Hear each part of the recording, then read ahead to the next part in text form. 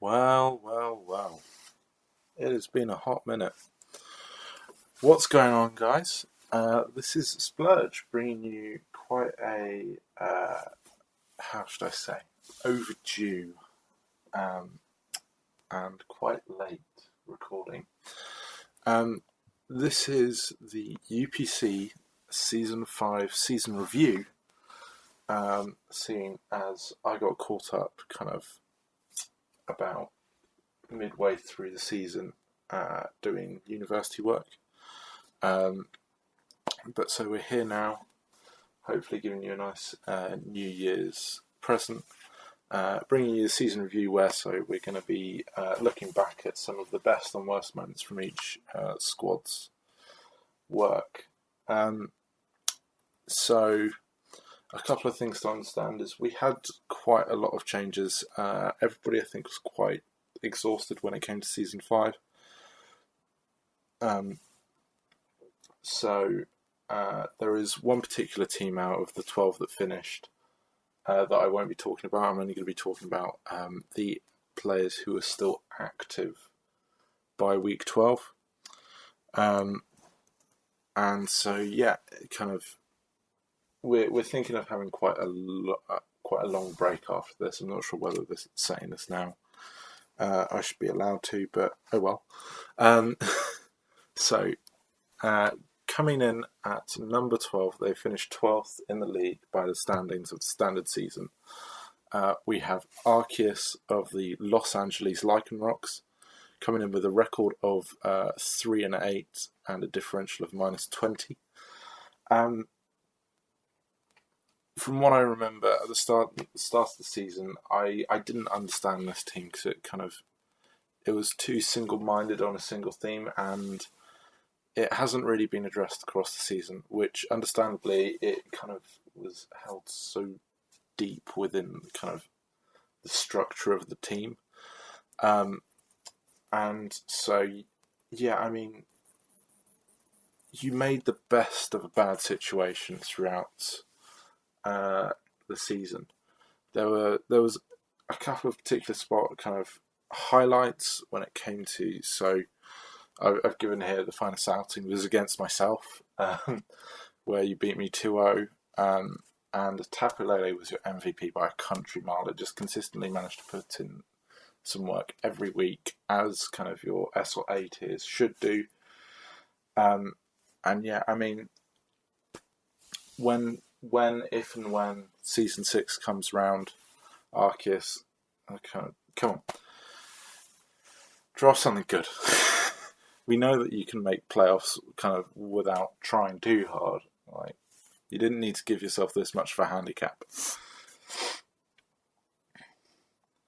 But so that is Arceus coming in at 12th position with a 3-8 -20 differential. We then skip to 10th place because 11th is who we shan't be naming. And so we come in with Ducksuck for the Far-Fetched Flyers with a record of 3-8 and a differential of -18. I mean, you picked up what was a really interesting draft that kind of had an interesting set of difficulties about it. And I feel that they weren't properly addressed, and that so you kind of caught poor form at the critical points within kind of games and within the season itself. And kind of you suffered from something which I clinically suffer from, which is being able to actually finish games once you're ahead.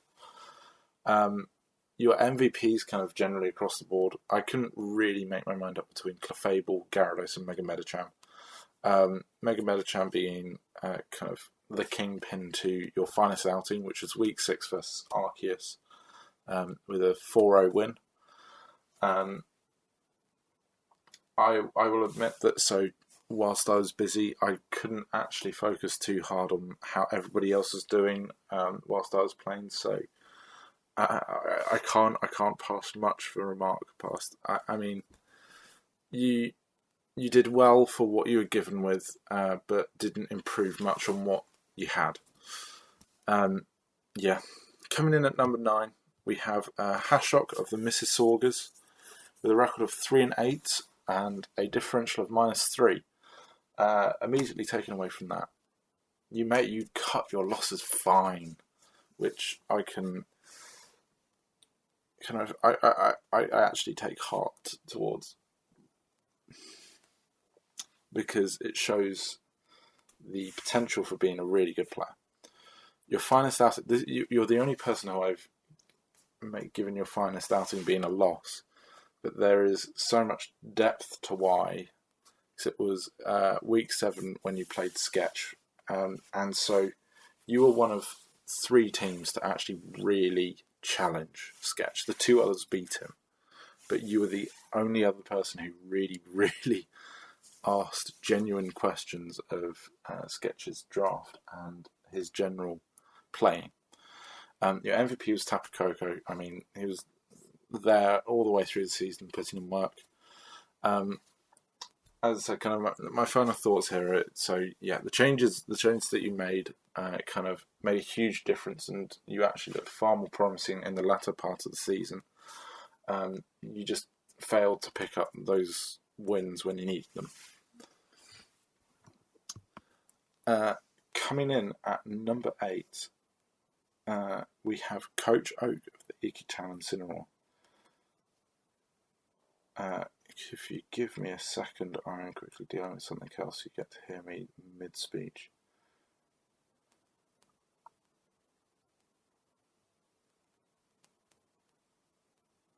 And we're back.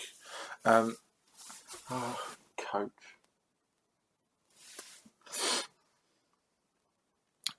I really feel for you. I appreciate that you haven't particularly enjoyed this season.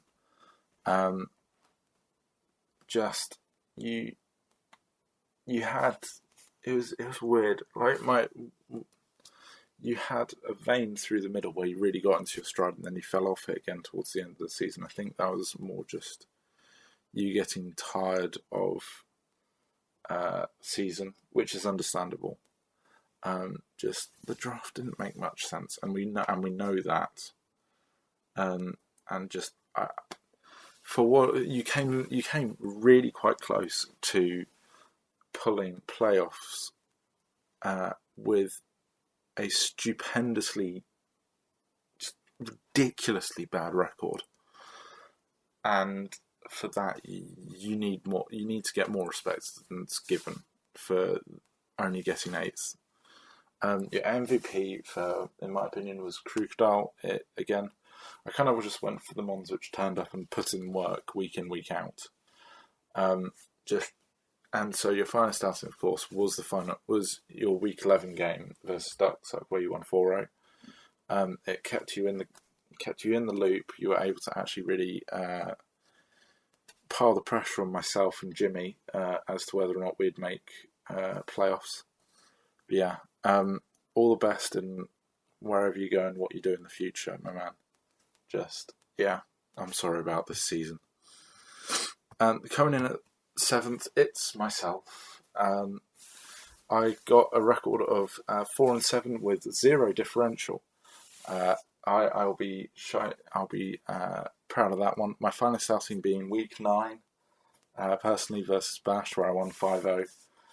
My MVP had to be without a shadow of a doubt a Lowland Ninetales. For all of the flack it gets, it put in the work for me, and it wasn't just because it was the single one that bodied the whole of Bash. I mean, of course, we all know that actually I'm flawless. I only let you guys win. I didn't want to embarrass you all. But yeah, no, I mean, I kind of took I picked up a team midway through, and they'd already gone through two other coaches, and so I kind of took the end of the season with a pinch of salt, but actually managed to produce a reasonable set of games where it put me into playoff contention. And actually, in general, this season was really quite close, just games-wise. 'Cause we had everybody on at least 3 wins or more, but then you'll see why for further up. Yeah, I'd give myself like I don't know, 6 out of 10. It was okay. Coming in at number 6, we have Kurt of the U-Turn Jazz with a record of 5 and 6 and +1 differential. And the best game being against Coach Oak with a 5-0 win in week 10. Your MVP being Mega Diancie, once again, just turns up, does what it needs to do, goes off again. I mean, yeah, this is another difficult one for me because I can't really comment on much due to how involved I was through the latter half of the season. You picked up probably one of the 2 drafts which I rated the most highly, and you continued on in the same fashion that it had done for the first half of the season, and that's all that can really be asked for you, and you got a well-deserved playoff spot out of it. I wish you the best of luck in the playoffs. I haven't actually been following it just yet. I'll be sure to watch the games right after this. Coming in at number 5, we have Jimmy of the Pittsburgh Reggie Steelers with a record of 5 and 6 with a differential of +3. The finest outing, without a shadow of a doubt, was week 3 versus Sketch, completely destroying him with a 5-0 win. Your MVP was by far and away Dawnwings Necrozma. Basically, you just brought this thing to every game, and it was a win con. No matter what anybody did, it was a win con. This arguably wasn't the best draft of the season, but without hesitation, I can say that it was the most feared thing. And it was the most it was lethal. I hated the matchup, which is why I got destroyed in week 11. And it was the most lethal draft on the roster this season. Coming in at number 4, we have Taco of the Minnesota Shinks, with a record of 6 and 5 and +1 differential. The finest outing also being week 4 versus Sketch, 2-0 win. Anybody who beats Sketch, it's going to be your finest outing. Your MVP was Zernies. I say Zernies, but really what it should be is your Dragonsteel Fairy core in general. That thing was broken. You played really well whenever you actually turned up to play. I mean, I'm not saying that it was your fault that consistently when you and your opponent couldn't play. It's just that there was more of a correlation that it would be your games that kind of missed out on the correct timings, and so we had to put 2 forfeit wins and stuff. I mean, best of luck through the playoff stages. You're one heck of a player. I think that you probably should have come 3rd. But yeah. Coming in at number 3, we have the turnaround of the season with KHD Jersey Pursuits of a record of 6 and 5 and differential of +4. This team I was slating from the word go, and KHD struggled to get it going through the first couple of seasons. You can go back and you can watch the PRs from the first couple of weeks. You can hear me going, this team is too offensive. You can't do anything if you're apart from countering and countering and setting up to try and win. And then you got the transactions. You managed to get Sketch to trade some of his mons, and you pulled through, and you've managed to get 3rd out of the standing season. I mean, yeah, no, just the turnaround of the season. I can't really say much more than that. Just really good job. Really, really good job.